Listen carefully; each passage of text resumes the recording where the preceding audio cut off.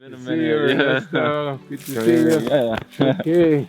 Last time I saw you was summer of 2020. How about that? I was only 28. No, just kidding. So I still got the hat, you know. So Still got your head on your shoulders. yeah, barely. So yeah, I'd like to chat with you and sit. Sure, absolutely. All right, let's go. You just said something like, you said kind of apologetically that you're a healer. I was going to say, you say, I am a healer. I am a healer. Yes. Yeah, it has power. And not even from the head, just feel I am a healer. There's a big difference. Something came to me yesterday. I got out of the car and all of a sudden, and I started walking down the street, came to me to say, I am the miraculous presence of God. Or I am a miracle working presence. Just feel what happens when you accept that. It's not like ego, like I am a, you know, like how a lot of the people do these decrees. I am this and I am that. It's just, I am a living miracle. Yeah, it's not like pumping yourself up, like I am strength, I am. It's like Yeah, you're realizing, it's yeah. like boiling it down to the foundation. Yeah. I am. So like, yes, I am a healer. Those that are meant to be healed will be healed in my presence, you know, or even if they're not in my presence, just talking to me, you know. So that's just letting God come through you. It has nothing to do with willpower and things like that, you know. Well, that's one thing I really try to, before my sessions, I surrender. I say a prayer silently to myself. I don't think I should say it because it's very personal. Yeah. But very generally, it's about surrender and letting go and allowing God to channel through me. And then I just go into it. I lay my hands on the patient, the client. And a lot of the times they feel very, very great afterwards.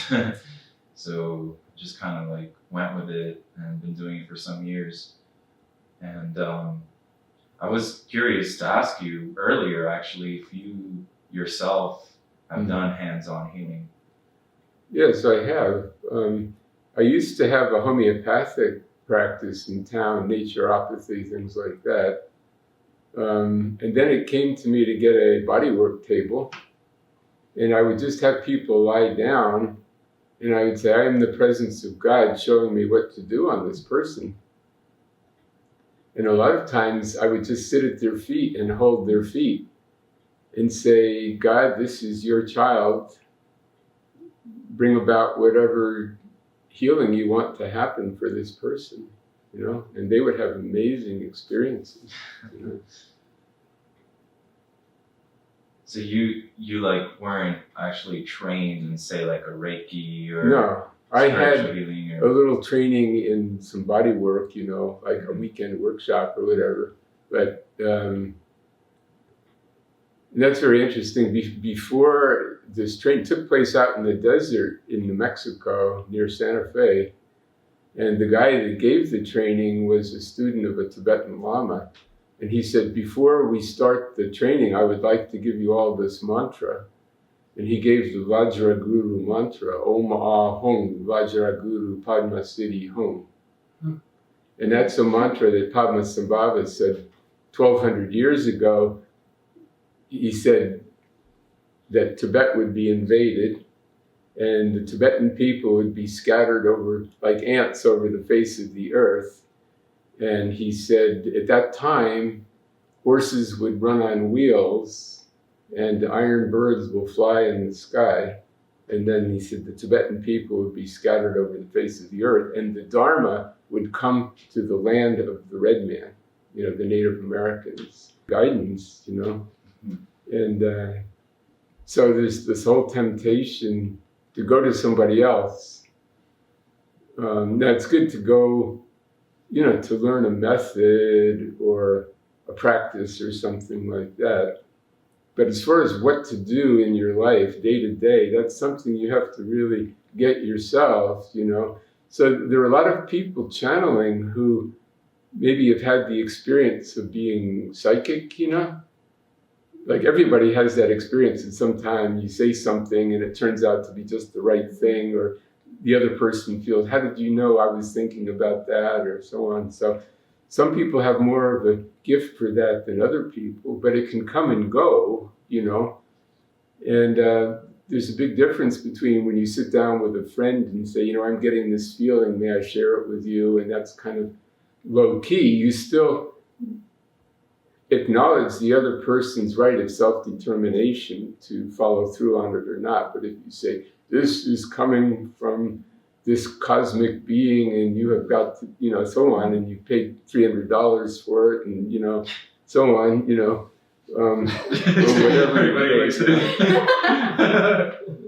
Beg for a refund. Yeah. So, the problem is when someone says, okay, now I'm going to be a professional psychic, and you're compelled, if someone has come to you, made an appointment, traveled a long way to come see you, paid a lot of money, you have to deliver. Right. And what if you're not getting anything? Well, there's some schools, I know, like used to be the Berkeley Psychic Institute, they would say, if you're not getting anything, just say whatever comes to mind, Or, try to see the person's chakras, but if you don't see them, you just kind of imagine them, and that something good will come through, you know what I mean? And that's not really where we want to be, you know what I mean? You just put a lot of confusion out. Jesus said, many will prophesy in my name, and in the end, I will say, I know you not. Well, who wants to be in that, who wants to have that happen? You know what I mean? So my teacher, Pearl, would never give messages from the master. She would say, the master is here, or he's showing you something. The most that she did once was to say, Saint Germain is happy with what you're doing. She said maybe twice in 10 years, something like that. Or something to indicate that the master was pleased or not pleased, as the case may be, but never gave a message that these are the master's words, or this is what you should do, or something like that. Because they didn't want you to rely on them. Exactly. So even much. if you got the right information, you may not have been told the whole story, or even if you were told the whole story, what are you going to do next? Run back to them and find out the next thing to do. You don't become a master that way. You become a master by finding out how to do it yourself, But it's so hard. Like this thing that we're filming now. If someone had told me a month ago on a certain date, somebody's, you want you to make this film, and I would have been stressed out over the last month. What am I going to say? What am I going to? But it all just happened naturally. You showed up with the camera, and we'll just let it flow naturally, and whatever's supposed to come forth will happen or not. So you were saying when you left Marin County after you connected with Saint Germain, and then you went back to Shasta, you said you got there in 2 hours. Yeah. Even though it's a 6-hour drive. It's a 6-hour drive. I have some experiences like that living in LA. I'll see someone on TV or a random person that's a celebrity will pop in my mind, and then within that week, I'll look at a red light or something. They're standing on the street corner. I'll bump into them somewhere. This has happened to me so many times, Sure. and it's useless. Like It's it's just like showing that the synchronicities are always there. Why does that happen to some people and not others? Because I tell my friend about this all the time. He's like, not everything's a manifestation. Like, stop saying everything's a manifestation, but it's becoming so obvious. I've been keeping a list now because all these things just keep happening almost like once a week. It happened a few days ago again, but he's like, you need to act on it. If you're not acting on the manifestation, like I'm supposed to walk up to a guy I saw in a movie and be like, manifestation. Maybe it's not even really that person. It could be a master. I met someone I met Saint Germain in a Walmart. I used to have this aversion to, when I was back in New York, an aversion to going into Walmart, because I'd see the strangest people there, And so one day I just was thinking that, oh man, Walmart's the only place that has what I want to get, and I need it right now, so I'm going to go there. This was in Oneonta, New York, And so I went in there, and I didn't, Walmart's a huge place. I had no idea where the thing was that I was looking. You could spend all day wandering around before you found it, So I decided to ask someone that worked there. So I saw a guy appeared to be stocking shelves, and I came up behind him. He turned around, and it was Eckhart Tolle. There's no doubt in my mind it was Eckhart Tolle. He has a very unusual face, And I was absolutely speechless. And so what went through my mind is, I'll bet he's, he wrote this, The Power of Now. So the whole thing is being in the now. Yeah. So he must be working on a new book, which is about how to be enlightened and be an ordinary person, like even work at Walmart. You could still be enlightened, which is kind of the essence of mastery, and not to let anybody know who you are. Here's Eckhart Tolle stocking shelves in Walmart, just getting information and getting the experience of how to write for regular people. You know what I mean? And I was so speechless, I couldn't talk to him. I just stood there looking at him. And then he kind of, turned and went back to stocking shelves. And I wandered around, and somehow I found what I was looking for right away. Then I said, I got to talk to Eckhart. I can't let an opportunity like this pass, because I'm a writer too. So I said, I'm going to talk to Eckhart and say, look, I'm a writer, and it's really great meeting you, and so on. And I could not find him. I walked up and down every aisle in Walmart, and he was not there, And if you're working at Walmart, you can't just take off, But I spent a lot of time there looking for him, and there was nobody there that resembled him at all. And it wasn't till later I heard Saint Germain laughing and saying that was me. You have the book. You have the employees. Oh, and then since then, that transformed my experiences at Walmart. Ever since then, I've had really good experiences at Walmart. Like, I came back here, and I went to the Walmart in Wairika, and I just said, okay, you never know who you're going to meet. If I run into Eckhart Tolle, who's really Saint Germain, I could meet anybody here. And sure enough, the next time, I bought a bunch of folding chairs, like a dozen folding chairs, and they asked a guy to wheel the chairs out to my truck for me. So as we got out there, I was talking to the guy, and I said, how are things going? And he said, oh man, I'm having this problem. And he started telling me some problem he was having. And I said, well, you should meditate. And he says, well, I would if I knew how. So I taught him to meditate standing in the Walmart parking lot. And it transformed his life. He had the greatest experience, and it made me feel good, And then I had one other experience at Walmart where I had some kind of profound lesson, and ever since then, I've had really, really good experiences at Walmart. So just Saint Germain was trying to show me, turn your consciousness around. Instead of anticipating weirdness or negativity, anticipate something good. That every person that you run into is an embodiment of God, So Saint Germain was kind of giving you that lesson. And you think the same thing's like happening to me, that like God is within everything. So when you think your manifestation is some actor, it's actually just the different reflections of God everywhere. Right. I saw Deepak Chopra working at Target once. Yeah. That's funny because I helped put on a art show on Rodeo Drive at the Dianson Gallery. It was a benefit for that Shirley MacLaine was putting on for Bella Abzug, this congresswoman. And there are all these celebrities there, people you see in the movies and stuff. And, it turned out to be they were just pretty much ordinary people, once you get to know them. But anyway, so I wanted to get back to this channeling thing again. There was a woman in Marin who had a school for channeling, and people would sign up to take her class, and she cranked out lots of channels. In fact, there are a lot of books that were published in the 70s and 80s by her students that are channeled, books.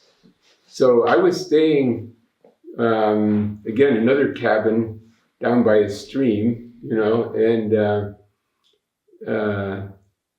she came to visit. There were about a dozen people living on the land. It was kind of like a communal situation, And we were sitting in the living room one day, and she said, "My master is showing me that you are all to be in contact with your guides, So everybody take out a sheet of paper." So we were all into it.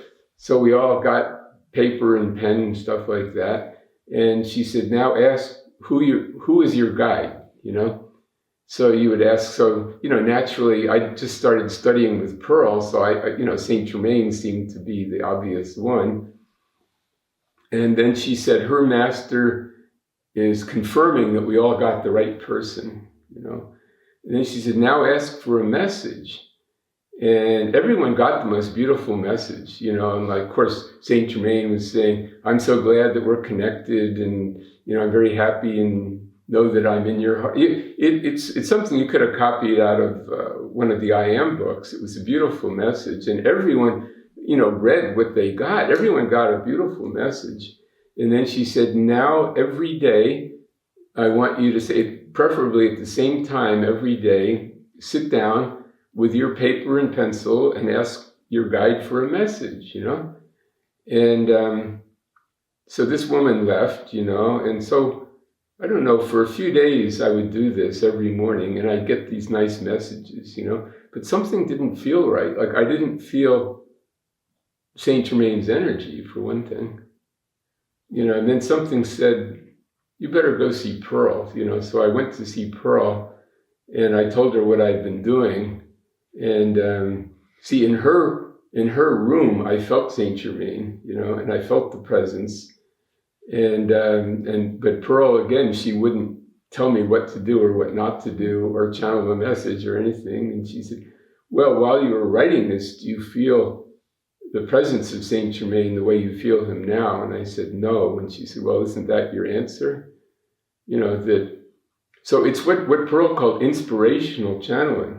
We've all seen movies of the life of Jesus and, might have read the New Testament or whatever. So we could all give a Christ-like message, And people who have read about Saint Germain, read Unveiled Mysteries, could give a Saint Germain style message, or from Mother Mary or whoever it is. That's inspiration. You're inspired because, the masters can't shut off their aura, or that consciousness is in the aura of the earth, and you can tune into it. But that's very different than the master actually coming and saying, "Write this down," And that was an experience that I had at one time, was the masters appeared to me so I could see them visibly every day for about 10 days, but the energy in the room was so intense, I thought I was going to die from the energy, like it was like being plugged into a light socket. But I was raised into the consciousness of my I Am presence, like I could look down on the top of my head, and see what I was writing. I could see the whole neighborhood, and I felt like I was ascending at that point. So they showed me what that was really like, but they said, we're not going to do this anymore. That you have to learn to get it from within yourself, So when I write something now, it's like I'm trying to tune into my own higher self, which is the master presence, But I don't say, "This is God speaking." It's up to you to feel if it's God speaking or not, because God in you will show you God in somebody else, and so on, Do you recommend, because guidance has been a theme for me, like Mm-hmm. this year, coming into this year. There's like a lot going on in my personal life. Like I might need to move out of state and everything, Mm-hmm. or at least it's come up a lot in my head.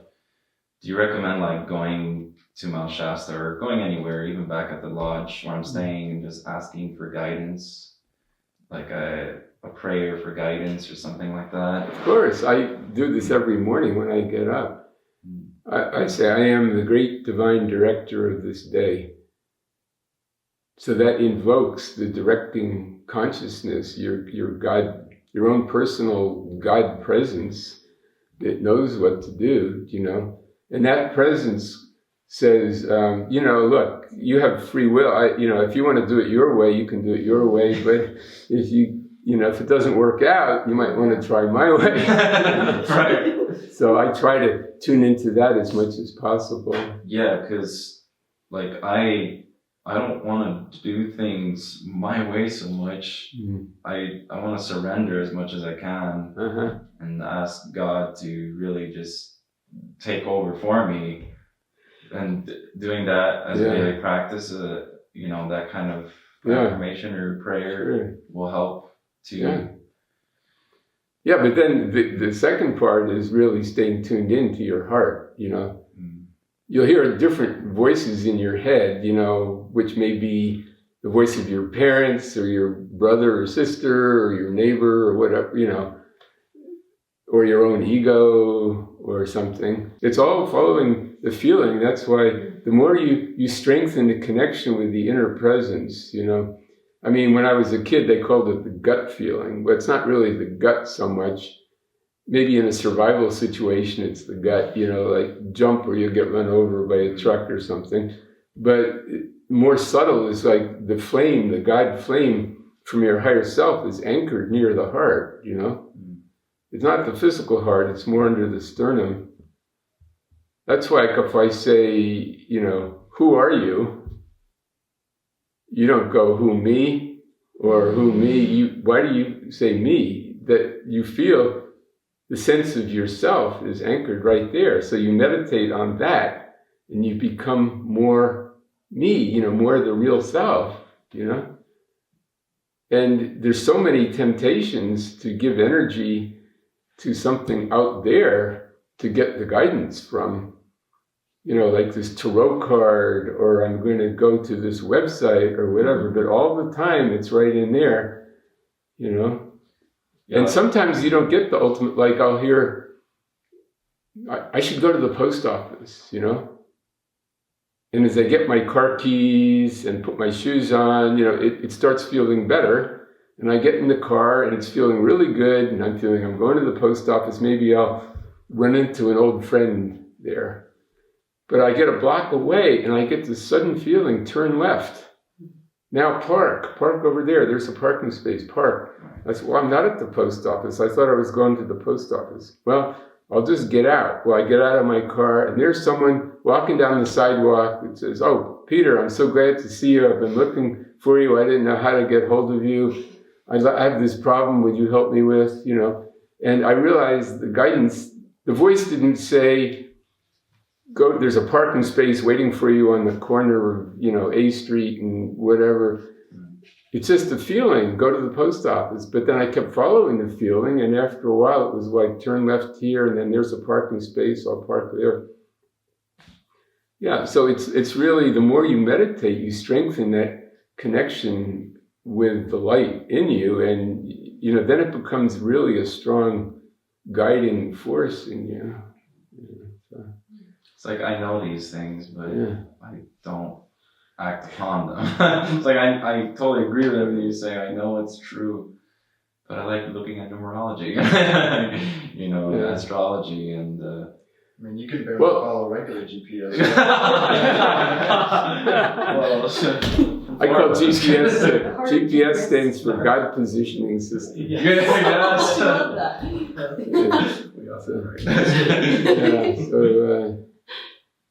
Well, you know, that doesn't mean don't pay attention to things, you know? Right. Like, say there's a certain number that when you see that it's a I mean, I don't use that as the ultimate thing, but like... fives on my chart. Really?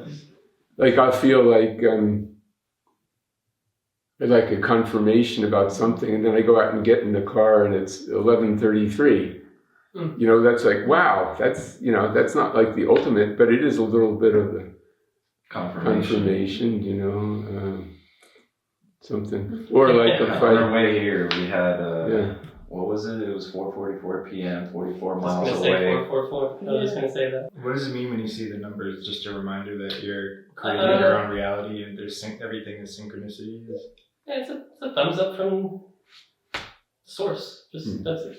I don't try to overcomplicate it. Like it means it's in this category. I know. Drunvalo Melchizedek has it like a map for. Yeah, even a lot of people that aren't spiritual still see the numbers and they want to like interpret what every single number means. My mom's like, I just had 222. What does it mean? It's like, it means you need to get a life. Yeah, right. Yeah, even like sports, you have your favorite number. Like it can be something as basic as that. Like, I remember when there was the first 11/11. Like I knew the woman that started that, you know, and she made a huge thing out of it because it was November 11th, whatever, that meant some cosmic thing. Well, the calendar we're using is kind of relative anyway. There's lots of different calendars. There's a lunar calendar, solar, and so on. You know, and now it's like people, like if it's 2222, it's a huge deal. Do you know what I mean? Like it doesn't necessarily mean anything. It just sounds cool. Sounds good. how does it make you feel? I guess. Yeah. Lionsgate. I mean, like in India, almost every day there's a celebration of something, which, you know, if you want to focus, well, gee, it's Saraswati Day today. That's good. You know, you can invoke Saraswati, you know. Like, I think last Saturday, it was celebration of Saraswati. So I listened to Saraswati. I did the Saraswati mantra 108 times, and I thought of she's the goddess of wisdom and knowledge, you know, and music. And I said, thank you. And, you know, and it was beautiful, you know, but I didn't give my whole life away to it, you know. I mean, I could have celebrated her some other day, but it's just, well, there's millions of people in India celebrating her. Why not, you know? You could tune in to that like group soul that's celebrating her and enhance. Or like Wesak is another thing where they celebrate Buddha's birth, death, and enlightenment. Well, nobody knows when he was really born, you know, or when he died, for that matter, or when he became enlightened. They just decide, you know, the Buddhists wanted a holiday. Well, it's nice to honor Buddhists. Let's commemorate. Let's pick the full moon. When the full moon is Scorpio, we'll pick that date. And it happens that there's actually some kind of inner thing that happens. Scorpio is a very powerful sign. So that's a good day to get, you know, guidance. Like the 3 days leading up to the Scorpio full moon is good. Now, if you want to say that's something relating to Buddha, that's great, you know. I mean, it's a nice focus to focus on Buddha. Whether in some countries it's a month off, you know, it's a month different when they actually celebrate it, you know. And the Theosophists said, well, it's the full moon in Taurus. What they meant was it's when the sun is in Taurus, it's the full moon. They were not great astrologers, you know, so they could have said it's the full moon in Scorpio. But anyway, so people mix it up and they do it a month, you know, or 2 weeks different or something. Anyway.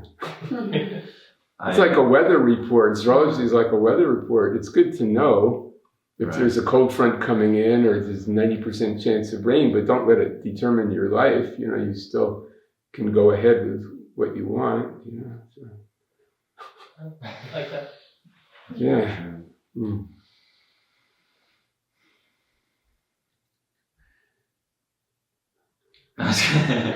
Yeah, I was. Well, So I was going to give you a favorite mantra. I've hesitated about this for 2 years, you know, and this comes from James Brown. The great James Brown. It's a back ass. But there's something to him because what your attention is on is what you become, you know. So I started paying attention to him because one day I woke up in bed and I wasn't feeling that great. I was thinking of all the negative things I needed to deal with, like, you know, go to the bank and talk to them about something, and you know, someone's giving me a hard time. It's just I had a lot of sort of negative things I had to deal with that day, and I was feeling a little bit down. And then I heard that James Brown, so it just went through my mind, I feel good. I knew that I would. And I jumped out of bed, and I felt good the whole rest of the day. I did all the stuff I had to, So, and then people take these mantras very seriously. They give a lot of, which they are serious, especially, the Sanskrit and the English affirmations. But there's one that it's like, if I get stuck and I need to shift the energy in a situation, I'll say, awap bap alulap, awap bam bum. I love it. And I used to kid with my friend Annika, who's a healer. We'd get in a very serious mode and we'd just be, this is really serious, we need to work on this. And then we come to an impasse, say, well, maybe it's going to work, or maybe it isn't, or we should do this, or maybe not. And, well, we both crack up laughing, and that would shift the energy to something positive, Yogi Ramacharaka would say something like that. I posted a quote about that recently on my Instagram, like something about not taking life too seriously. Yeah. Because it's really just a drama, a cosmic drama, and it's not worth it to take it too seriously because you're just going to be very negative if you're like that. It's good to lighten up, and that's why I hang out with him. You don't get paid enough. I hung out with Neem Karoli Baba for a long time. They called Maharaji or Ramdas's guru, and he said almost nothing. The most he would say, love people and feed them, or who are you? But, where is the great teaching, and then I met another yogi that, I didn't know his name. He was just wearing a loincloth, didn't have a fire or anything. And I had been craving spinach, like the way I used to get from my garden, just steamed spinach with butter on it, and some chapatis and stuff. And, in India, they cook spinach for like an hour and put all these spices and, you don't even know what you're eating. I mean, it tastes nice and spicy, but you don't know that it's spinach anymore. So I'd been in India for about a month and I was craving some of these, that just steamed spinach from my garden. So I meet this yogi and he waved his hand and he precipitated a bowl of steamed spinach. Now, he did not have a fire. He didn't have any possessions. He was on the banks of the Ganges on a little peninsula. There was nobody else around, didn't have a fire, cooking utensils, anything. And there was a couple of toasted chapatis on top with ghee. And he just signaled to me to eat. And I said, for sure, this is my guru. Do you know what I mean? This is the guy I went to India to meet that I've been looking for. That not only can he read my mind, he knows what I'm craving, but he can give me any physical thing I want. So he must be, super enlightened. And I'm just, so I sat down. I'm waiting for the teaching, But he was what's called a Moni Baba. Silent. He didn't talk at all. Didn't have a chalkboard like Ramana Maharshi, So, so I knew he was telepathic. So I kept saying to him, teach me, what's the teaching? Or, give me a mantra. Or, I'm your student. I'm your guy, And he just looked at me. So I sat down and then I fell asleep and I must have been out for a couple of hours. I don't know what happened. And he did something to me while I was asleep. But I woke up and the sun was going down and, I was getting a little concerned. It was getting cool, and so I said, I've got to get going. This was outside of Rishikesh. And so I stood up finally and I pranammed to him and he just kind of nodded and I left. But, and I've met a number of really great teachers and they had absolutely nothing to say because they knew that my life was going to unfold the way it was meant to. And it's interesting that I really can relate to that now because there's a lot of times when I feel like just go off and I don't really have anything. The truth really kind of does boil down to, meditate on the light within yourself and, just feel the God presence, and what you put your attention on is what you become, and meditate on who am I, so it seems to get simpler and simpler the further I go. And I could see eventually becoming one of those Babas that just sits on a hill somewhere and doesn't talk, you know what I mean? But I'm grateful for all the ones that I met, but... Just as long as you don't become that right now, because we... Yeah. Do you, because you've met many gurus and Yeah. great saints and masters, do you have one that you say that is my guru or master, or do you like equally all embrace them as your guru? Well, see, this comes down to the Vajra Guru, which is your own I Am presence, is the ultimate guru, which is a real being, in fact, I get this artwork here. This is, okay. This is a painting by Marius Michael George. He has, I think, mariusfineart.com. And he did that painting. There are a number of other artists that have done something similar that shows your God presence, which is a ball of light surrounded by these rainbow colors, which is made up of really all the wisdom you've gained from all your experience, Then there's a kind of then there's the physical body down below. Then there's a subtle body also, which some would call the Christ self. In reality, we have many bodies, but it's symbolized by these three, So anyway, it's so that is the ultimate guru, the Vajra Guru, and in Tibetan Buddhism they call it the Dharmakaya, which is the body of the Dharma, So because essentially any or every like physical guru, like Jesus or Buddha or Karoli Baba Maharaji or my teacher Dr. Joyce King, their goal is really for their students to find guru within themselves. Exactly. If they're a good one, that's ultimately the guru's job is to destroy your ego. Yeah. Not destroy it, but to reveal it to you so that you can really see the difference between who you really are and the ego. And so, without that I am presence, no guru would mean anything to you. What they would say would not make sense to you. So every teacher has come along at the right time, But lately it's been, I'd say, Saint Germain, but still there are experiences that I've had with various human teachers that have been profound, I met Ananda May Mai on the street in India, and she just looked at me. The first day I met her, we just had an ordinary conversation. I offered to carry her groceries. She was coming back from the store, and she said, "No, thank you." And,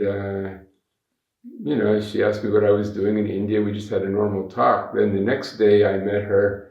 I was in a rickshaw, and she was with some of her devotees by the side of the road.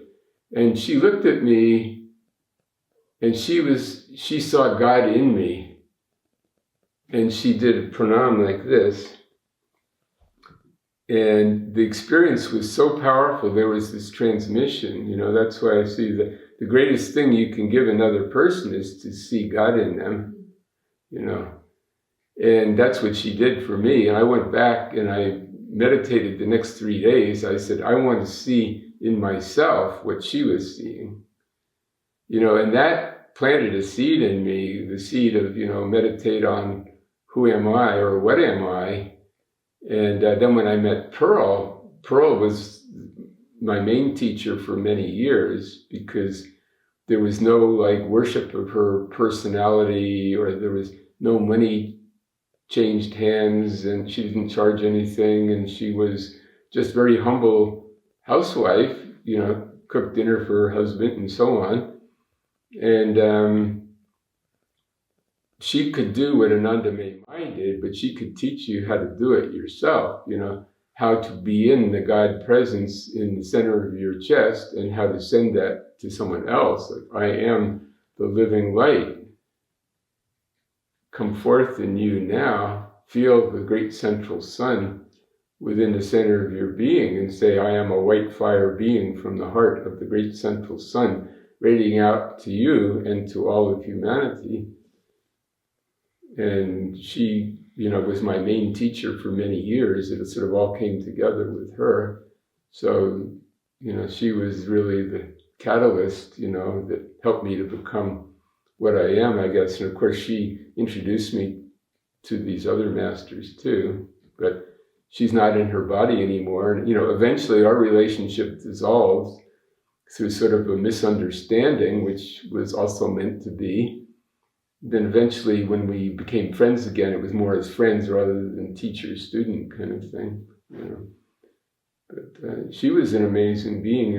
She didn't eat the last few years of her life, even though the guy that was taking care of her would he'd make these smoothies and try to force her to eat, but then when his back was turned, she'd pour the drink into a plant or out the window or something like that.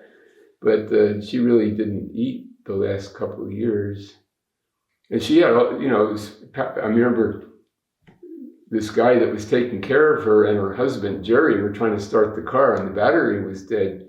And she said, hold on. And she went out, put her hands on the hood. She said, try it now. And it started right up. And I know Jerry turned to Bill and said, she's got quite a bit of power for an elder, for a 75-year-old lady, 80-year-old lady, whatever. She can charge car batteries and stuff like that. Does she have an incorruptible body after her soul left? No, not really. Not like Yogananda's. That's kind of a myth too, because Yogananda's body was cremated the next day. There's a certificate. They made a story up that his body was incorruptible, but I saw a letter from the guy that did the embalming. Mm-hmm. It's the law in LA. You cannot keep a body around. They don't care if he's a guru or whatever. The law is he has to be cremated. So the body was not cremated. The body was embalmed the day after. So he didn't show signs of decay or whatever. But those are like details. Who cares? Do you know what I mean? Yeah. It's just a story. It's a story, yeah. So, now there's a Tibetan Lama. The big thing with the Tibetans was to attain the rainbow body, which is to dissolve the physical body and merge with the I am presence, the rainbow body. And there are many of them who have accomplished that. And I had a teacher who was present when his master did that. There was flashes of colored light, and all that was left was the hair and the fingernails. The physical body disappeared. So that is possible, and that's what it's meant by the ascension. But there are some lamas that didn't fully achieve it. Like it can be kind of like a subtle ego trip. You know what I mean? If you live in Tibet and there's nothing else to do, the winter is like 10 months long, and there's no movies to go to, no internet. Just work on attaining the rainbow body, or working miracles or things like that. And this one Lama, when he died, his body shrank like down to about 2 feet in 2 feet in length, over a course of a few weeks, And the other Lamas kind of joked about it, said, well, he didn't quite get it down right. So close. A valiant effort. Good effort, but he didn't quite get there, Of course, this guy was teaching Westerners. What's more important, to make your physical body disappear or teach people? Right, yeah. So, Right, it's more important to teach someone spiritual healing, for example, than to teach people how to walk over water. Yeah. Dude, I have a picture of the 16th Karmapa going into the light body. Like, this woman had a camera in the audience. He was going to do the black crown ceremony. But before that, he invokes the Buddha of compassion. So it's this preparation where he's invoking that energy. And this woman didn't know you weren't supposed to take pictures. She took a photograph of him, and you can see right through the upper part of his body. You can see the tanka behind his head, and this is before digital photography, Now, nobody in the audience saw that, but it showed up on the film, So, so. Now, he also died physically, and his body was cremated, 16th Karmapa, but he was truly an amazing, amazing being. So. These are all, things that are part of our spiritual evolution. Eventually we will evolve to the point where we have these great powers, but then we have to learn to discipline with them, right? We can't abuse them and all that sort of thing. Right. And reject them. And go past that and above that. Well, we may have been enlightened in past lifetimes and had all kinds of powers, but we came back again to learn compassion and patience and things like that, And so we learn those things in everyday life, Like I lived with yogis in the Himalayas that could work all kinds, didn't need to sleep or eat and things like that and didn't age, but they had low esteem for women, Like when Western women would come by to see them or talk with them, they would make jokes and, they regarded them as temptresses. Well, they couldn't have been tempted if they were fully enlightened. I met a yogi who'd been meditating on a glacier. I met him and I said, would you like to go have tea? And we went into a chai shop and he went, there's women in here. And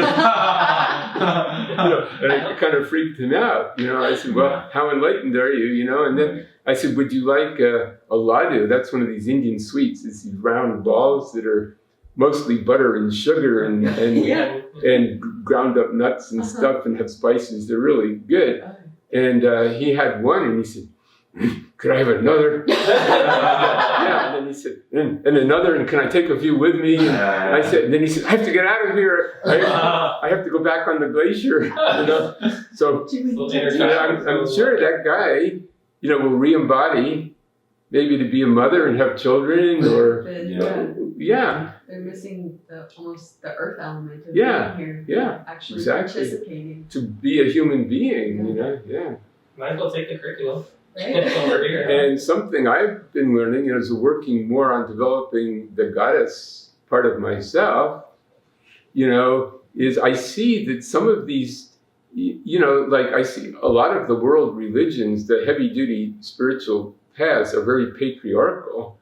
It's not that they talk about men being superior, but the practices they give are, eliminating that they don't have the mother principle in them. So, even, they talk about mind, body, and speech in Tibetan Buddhism, the three elements, mind, body, speech, What about feeling? Well, maybe that's kind of included in body or something, but, it's kind of stretching it. And then there's a practice that I kind of laugh at. It's called chud, the chud practice, which is, go into a graveyard and it's to get rid of ego, where you just not only surrender your ego, you even surrender your physical body. Now they do this in Tibet, way up in the Himalayas, where there's maybe, no other entities around that are going to grab your body. But if you go do this in the West, someplace in a graveyard, LA. there may be all kind of entities around. You don't want to do that, You don't want to become, possessed or something. So what I realized is when a woman becomes a mother, it's like that's the ego, surrendering. There's another being kind of not totally takes over, but it's a big ego death, especially once the baby is born.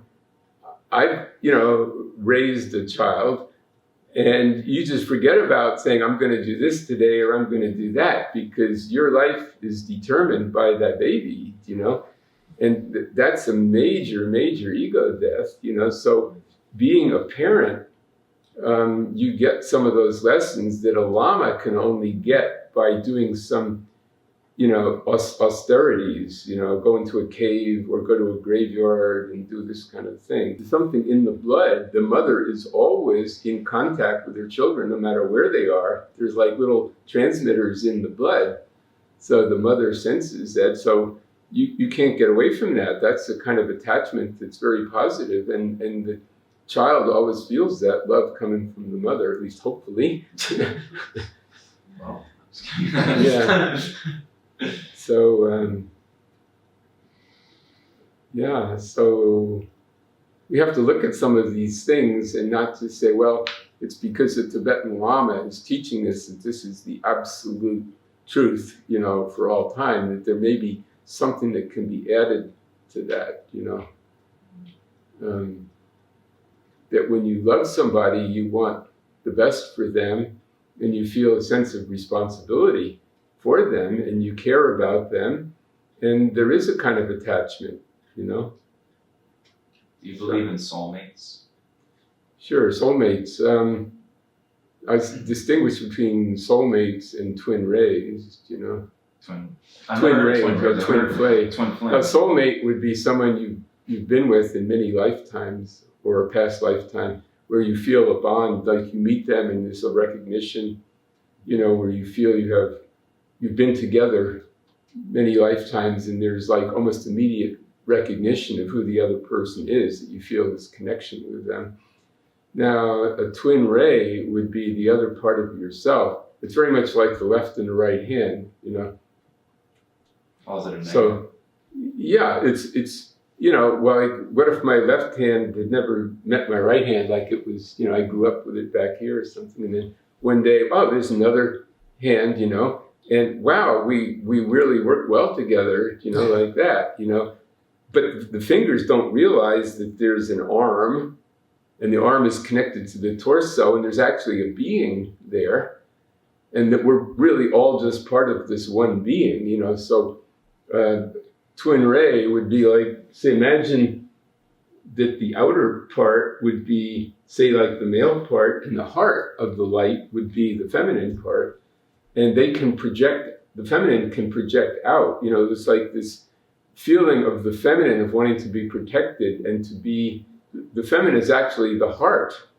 of this being, and then the male is the more, the protective layer, or the part that figures out the mental things or solves problems out there in the world, where the mother is like the home, the nurturer, the giver of love and all love and beauty and all that. So they can merge as one being like that. Those two balls of light come back together, and there's no sense of, arms and legs or names or personalities. It's just absolute bliss, it's called Satchitananda. Or they can still be one, but have a dialogue, it's like the inner self, the inner male or the inner mother or the inner father. Or they actually even can project out, like the stories that, the ascended masters have twin rays, and sometimes they're on different parts of the earth doing different work, but they're still always in contact with each other, telepathically. So not every person has a twin ray. I feel like the term twin flame has gotten very misconstrued, and it's very romantically oriented now, where a lot of people get caught in some kind of like borderline like abusive relationship. Like, my twin flame, we're just like clearing our karma. It's like, he set your kitchen on fire. Well, shouldn't you be my twin flame? Well, it's gotten to be kind of a in thing, to talk about that. Everyone has like a twin flame in the sense that that there's the masculine and feminine part of yourself, but not all of them split. Like some of them stayed, as one, or kept in that connection. It's when those beings came to the dense world of duality that they split into separate bodies, physical bodies, and, created karma and went their separate ways, but it's not necessary to like find your twin twin ray, that will happen when the time is meant to be. And some people have found that when they do find a twin ray, it's not always the bliss and love that they thought it was going to be, because there's a lot of power and it brings up things to be worked on, but you are, brought together sometimes with soulmates. But I always say, before you find your twin ray, you should find your own ray. Find the light within you, then you'll be ready. And actually, you're never really separate from your twin ray. It's always there. So I am one with my twin flame, that connection is always there to some degree, Or I am blessing my twin flame wherever that being may be, If you see everybody as God, you can't go wrong. Yeah, exactly. I mean, just being able to look each other in the eye, or look yourself in the eye, like you said, be able to find your own ray first. That's. There's a meditation I give in my new book. I call it the looking meditation, or Pearl's meditation. It's what she would do with people, where you look and you see the God in the other person, but without attachment. You know what I mean? God is there, and that, just to acknowledge that and to send that light back and forth, and ultimately you will never really be separated. You know what I mean? That's the beauty of it. There may be temporary separation, but ultimately, Kind of ties back that to is there. Yeah. Patience and understanding. There's always your next life. I'm just kidding. I'm just kidding. Yeah, there's.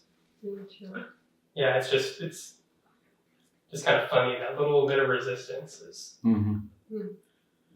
Saint Germain said that one of the greatest obstacles on the path, on the path, was in marriage, the feeling of ownership. And control, wanting the other person to be a certain way for you, and that person, that feeling that you have the right, some, right over another human. to control over another human. He's saying, I'm not telling you to get divorced, but just to, lighten up a little bit. I had an experience in that Seven Sons Cafe where I was writing, at the end of writing my book called It Is What It Is, and I had changed the title many times. When I first started to write, I felt the title is It Is What It Is, and I said, I can't call a book that, And so I change, every time I would sit down to write, I'd come up with a new title, and finally the book was ready to be published, and I said, I've got to come up with a title. And I was sitting outside at Seven Sons on the patio there, and I was saying, we'd gone out through the gate, and I was saying goodbye to this person. This young guy that I'd never seen walks by me, turns around, looks over his shoulder, and says, "It is what it is." Yes. And then he just disappeared into thin air.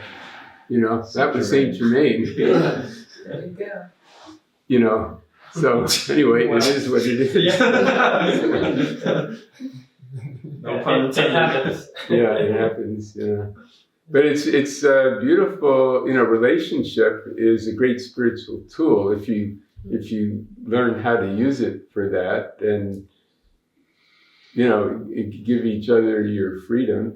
Each other's freedom and things like that. Liberation. That's not too much to ask for. So hard. We had a heart circle on solstice, and that was at the end we voiced what we wanted for ourselves in the next year, and mine was I want liberated from that incessant criticism that I'm always giving myself. Just be free from self-criticism. Just nonstop. Do this better. Do this faster. Slow down. Oh, that wasn't good enough. Whatever it is, it hasn't done me justice yet. So why would I maintain it? What is that voice? Is it just the critical ego, or is it actually like an entity? Because I always wonder, because I have that too, and it becomes loud and becomes a running commentary. And the mainstream explanations I've heard, where it's like, that's just your ego trying to bring you out of the now. Even like Eckhart Tolle, he's like the pain body, but it's not really showing the full picture of what's mechanically going on those levels. And maybe we don't need to know, and it might be worse. It's like, oh yeah, there's an entity like harvesting you like all the time. It's gonna make you paranoid, but a part of me wants to know if Eckhart's still working at Walmart. The ego is not evil. You're not supposed to destroy it any more than, like, when you have a car, that's a vehicle. And, if you drive, all day, you almost identified with the car after a while, But then at the end of the day, you realize, wow, I'm separate from the car. But, it's good to clean the windshield and things like that. Put gas in it, check the oil. Well, the ego is kind of like, it's your vehicle. You couldn't function in the world without some ego. Like Ramakrishna would go into samadhi and he wasn't aware that he was there. Even they'd have to get him out of it to feed him and stuff like that, because he'd just disappear, So it was like stepping out of the ego. You can't function that. You can't raise children or drive a car or have a job or anything if you go into that state, So I think what we need to do is realize that the ego is a vehicle that we need, and to purify it, purify the ego. It's like if there's something wrong with your car and, like one of the headlights is out and, one of the tires is a little flat and the transmission's making it weird. You want to have those things taken care of. So, if you know that your ego has certain problems, like you're narcissistic or you're, have problems with anger or things like that, you want to look at those things, say, where do they come from? And, how do I deal with that? How do I heal that aspect of myself? So there's always something to work on there, But again, when you realize, what am I? Who is it that's even looking at those things in my ego? That the ego is your vehicle and there's something outside of it looking back on it, and you can identify with that self, which is, your higher self looking down at the human self. But, even when you're like, I need to get rid of the ego, it's the ego, like, trying to get rid of itself, which is perpetuating itself. That's right. Yeah. Yeah, it's kind of egotistical to think you're going to get rid of the ego. The irony. We're going to get rid of me tomorrow. And it's like, it's you. It's actually you. And I think it was Alan Watts that said it's really easy. Like once you like reach this higher state of consciousness, like you lost your ego comes with you. It just it rises. It's always there. So it is a vehicle. I kind of like to think of it like it's kind of a gauge of your emotional body health. If you're incessantly giving yourself negative criticism, maybe you need to clean that emotional body, or it's your car. Maybe you need to give it some fuel. It's only going 35 right now because you haven't given it any maintenance, and give it a little maintenance and raise that frequency. And it's kind of like a radio channel. Like there's always that negative channel there, but you don't have to tune into it. You can. There's other options that might feel better. I don't even say it's better or worse, but if it resonates as better for you, then trust that. What you put your attention on is what you become. Yeah.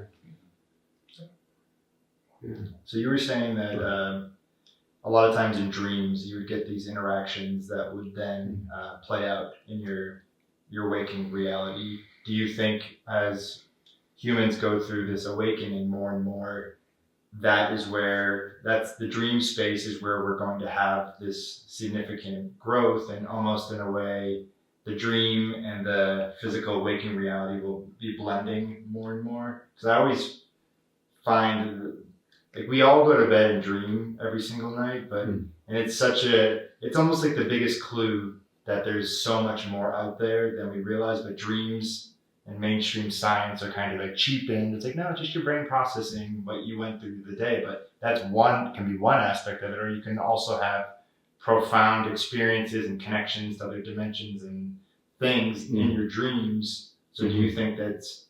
Well, this is a dream, this is exactly the dream that God is having, so the thing is to wake up in the dream, to dream consciously. The red pill. Yeah.